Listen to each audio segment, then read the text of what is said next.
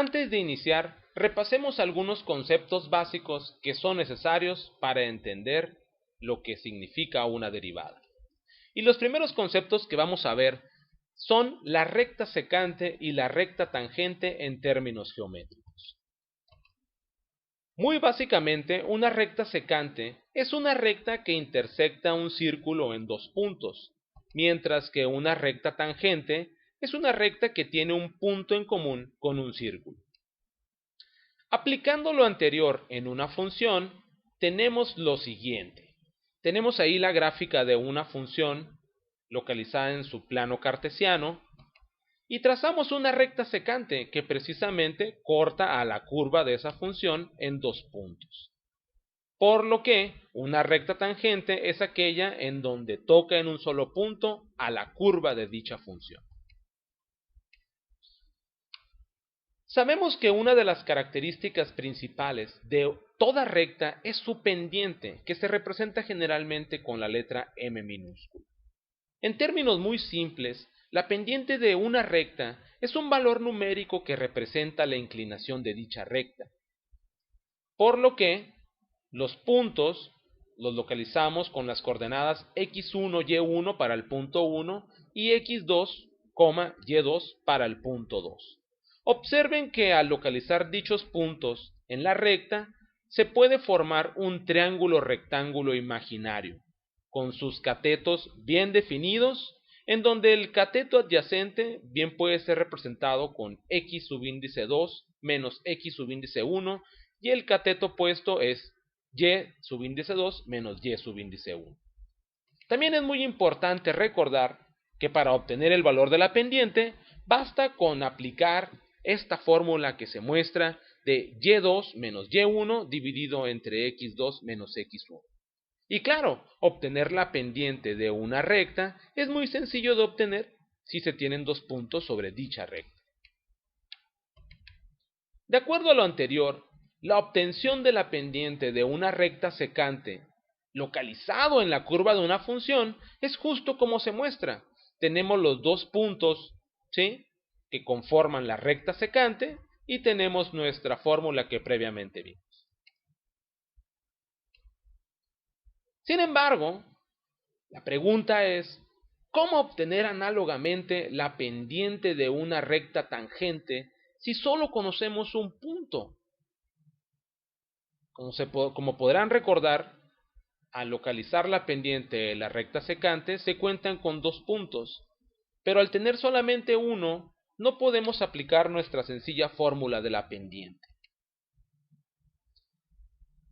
Esta cuestión se originó precisamente con los matemáticos griegos hace más de 2000 años y fue nuevamente abordada en el siglo XVII por varios matemáticos ilustres, entre los que se encuentran Pierre de Fermat, René Descartes y un matemático alemán de apellido Leibniz. Precisamente, Leibniz, llamado por muchos el padre del cálculo moderno, en 1684 propuso un método general para encontrar las tangentes a una curva a través de lo que él llamó símbolos. Veamos. Recuerda que lo que se desea es conocer un método para encontrar el valor de la pendiente de una recta tangente. Así que supongamos que deseamos conocer la pendiente de la recta tangente en azul y que tiene en común con la curva de la función en color rojo el punto x igual a 1. Observa que si trazamos diversas rectas secantes, podemos obtener una muy buena estimación de la pendiente que desconocemos. Así que trazamos una recta secante en azul con sus dos puntos x1, y1 y x2, y2 y observa qué es lo que sucede en relación a la pendiente de la recta secante contra la pendiente de la recta tangente.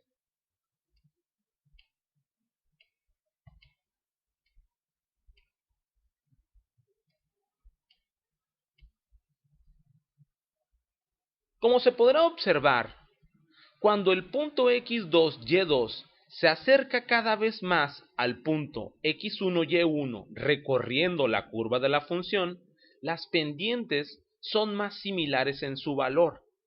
Así que volveremos a mostrar dicho comportamiento y hagamos énfasis en cómo van pareciéndose las pendientes al momento de que desplazamos los puntos, particularmente el punto x2, y2, sobre la curva de la función.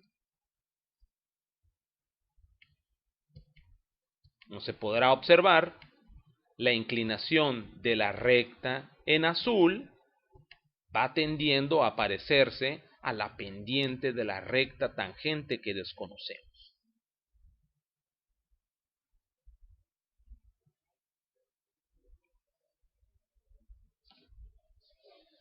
Ahora, ¿cómo expresar el comportamiento anterior en términos matemáticos? Esa es la gran pregunta. Así que vamos a establecer todos los elementos que hasta este momento hemos visto.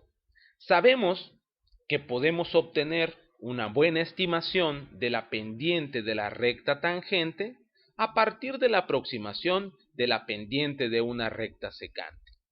Tenemos nuestra función y nuestra recta secante y claro, aquí de manera punteada, la pendiente de la recta tangente que queremos conocer. Sabemos también que la pendiente de esta recta secante en azul está dada a partir de y2 menos y1 entre x2 menos x1. Así que procedemos a sustituir esta fórmula en esta sección y nos queda de la siguiente manera. La pendiente de la recta tangente es igual a la aproximación de esta pendiente de la recta secante. Considerando por notación matemática que y, conocida como la variable dependiente, es en realidad una función de la variable independiente x, vamos a sustituir, por conveniencia matemática, la notación de nuestra fórmula. Así que en vez de utilizar aquí y2 menos y1, vamos a utilizar su notación como función de x. Así que nuestra fórmula nos queda de la siguiente manera. F evaluada en x2 menos f evaluada en x1 dividido entre x2 menos x1. Observen que realmente son los mismos términos, solamente que expresados de manera diferente. Es decir, aparece claramente en función de qué valor se encuentra dicho término.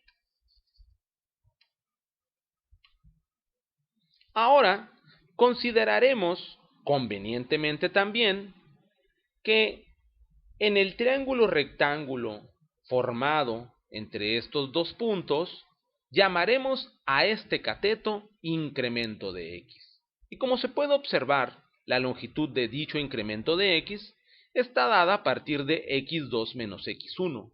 Así que en nuestra fórmula sustituimos x2 menos x1 por incremento de x. Y nos queda de la siguiente manera.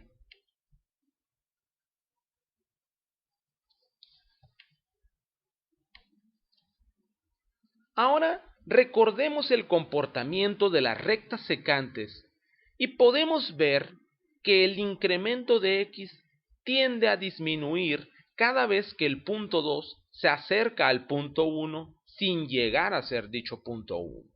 Así que vamos a volver a la sección en donde pudimos ver el comportamiento de las rectas secantes, solo con la diferencia de que ahora, para efectos de ver cómo se comporta dicho incremento de x, se puede observar el triángulo rectángulo imaginario. Así que al momento de recorrer el punto sobre la gráfica de la función, se puede observar que dicho incremento de x cada vez va disminuyendo más. Es decir, va tendiendo a ser cero. Claro, no puede llegar a ser cero el incremento de x. ¿Por qué? Porque si no, tendríamos un solo punto y volveríamos a nuestro problema inicial. Continuando con la deducción de la expresión matemática que representa la derivada de una función, podemos observar que el punto x2, y2 cada vez se aproxima más al punto x1, y1 sin llegar a tocarlo. También pudimos observar que conforme sucede lo anterior, el incremento de x tiende a ser 0 sin llegar a ser 0. Por lo tanto, aplicando la teoría sobre límites matemáticos, tenemos lo siguiente. La pendiente de la recta tangente es igual al límite de la función evaluada en x2 menos la función evaluada en x1, todo dividido entre incremento de x cuando dicho incremento de x tiende a 0. Finalmente, con la intención de manejar una sola variable independiente x, haremos lo siguiente. x2 es igual a x1 más incremento de x. Cabe mencionar que dicha expresión proviene del despeje matemático del término incremento de x perteneciente a nuestro triángulo rectángulo imaginario.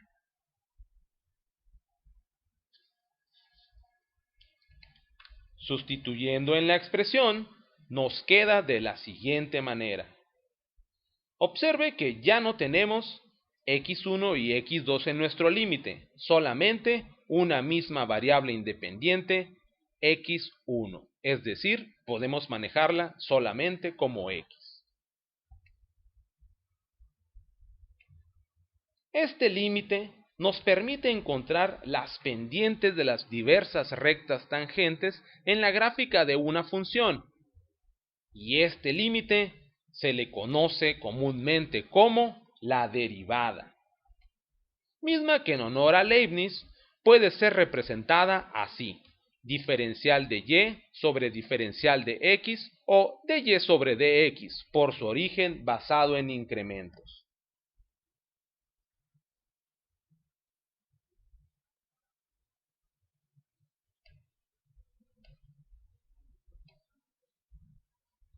Gracias a esta expresión matemática, lo siguiente adquiere mayor sentido. Si tenemos una función definida por y es igual a x al cuadrado, entonces su derivada es 2x. Y mediante esta función, que se deriva de la original, podemos obtener las pendientes de las rectas tangentes que pertenecen a la función original. Comprobemos lo anterior con una breve práctica. Procederemos a la aplicación del límite deducido para obtener la derivada de la función y es igual a x al cuadrado. Recordando que la derivada es definida por el siguiente límite, reemplazamos el término f evaluado en x más incremento de x y podemos observar lo siguiente. F evaluado en x más incremento de x es sustituir este término en la función original, por lo que tenemos x más incremento de x elevado al cuadrado. Procediendo a sustituir, tenemos lo siguiente. Observe que tenemos ambos términos ya sustituidos. Al desarrollar el binomio al cuadrado presente, tenemos que el cuadrado del primero es x al cuadrado más 2 veces el primero por el segundo, 2 veces x por incremento de x, más el cuadrado del segundo término, menos la función original f de x, que sigue siendo x al cuadrado. Todo dividido entre incremento de x cuando el incremento de x tiende a 0. Podemos observar que existe una reducción de términos, particularmente en los elementos x al cuadrado, así que nos queda 2x por incremento de x más incremento de x elevado al cuadrado. Antes de aplicar teoremas sobre límites, seguiremos simplificando algebraicamente de la siguiente manera. El término incremento de x puede ser anulado de la siguiente manera. Por lo que nuestro límite nos queda así. Recuerde que de acuerdo a la teoría de los límites, aplicar el límite a la sumatoria de funciones es equivalente a aplicar el límite a cada uno de los términos que componen la función.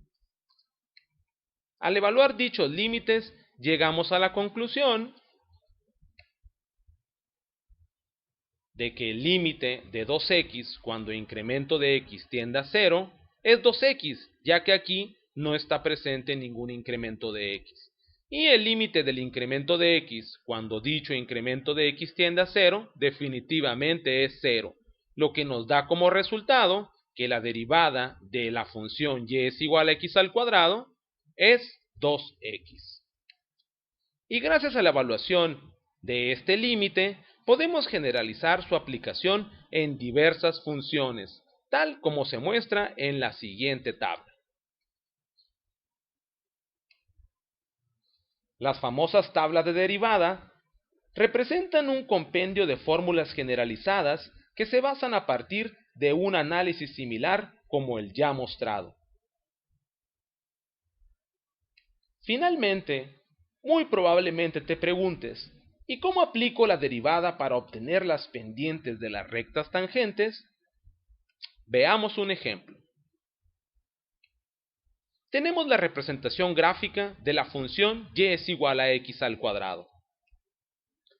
La función que representa su derivada, ya vimos, es 2x. Suponga que deseamos conocer la pendiente de la recta tangente mostrada en azul. Puedo observar que el valor de x en esa recta tangente es igual a menos 1. Al sustituir en la derivada dicho valor de x, nos da lo siguiente. 2 por el valor de x es 2 por menos 1. Su resultado es menos 2, y eso quiere decir que la pendiente de esa recta tangente es precisamente menos 2. De esta manera, podemos obtener las pendientes de diversas rectas tangentes localizadas en la gráfica de una función. Es decir, de manera análoga, podemos localizar las diversas pendientes que podemos encontrar en la curva de una función, tal como se muestra en la figura. Localizar la pendiente de esta recta tangente sería equivalente a sustituir el menos 2 en la derivada. Este sería sustituir el valor de 0, el valor de 1, el valor de 2, etc.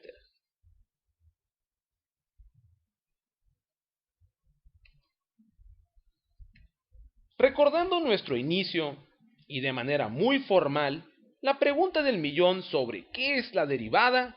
Puede contestarse de la siguiente manera.